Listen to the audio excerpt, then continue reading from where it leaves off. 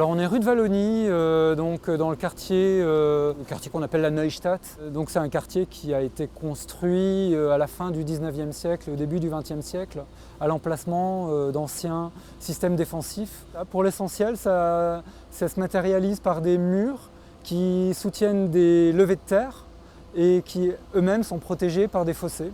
Et il y a comme ça plusieurs lignes défensives. C'était donc un polygone avec des bastions, 5 bastions.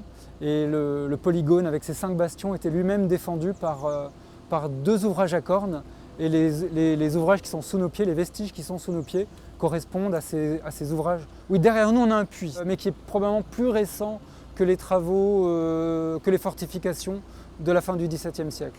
C'est finalement pas si étonnant que ça qu'on découvre des vestiges archéologiques à l'échelle d'une ville comme Strasbourg qui est occupée depuis plus de 2000 ans. Quelque part, c'est toujours une aubaine de pouvoir documenter comme ça sur le vif, de saisir une opportunité de travaux pour documenter des choses on ne sait de loin pas tout sur le passé.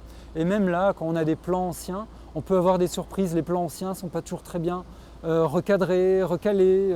Des fois, on peut se tromper de plusieurs dizaines de mètres. Et d'avoir comme ça un point d'ancrage, même pour une fortification de la fin du XVIIe siècle qui a subsisté jusqu'au XIXe siècle, on peut préciser les tracés des fortifications anciennes et avoir une meilleure connaissance, affiner notre connaissance toujours de l'histoire de la ville.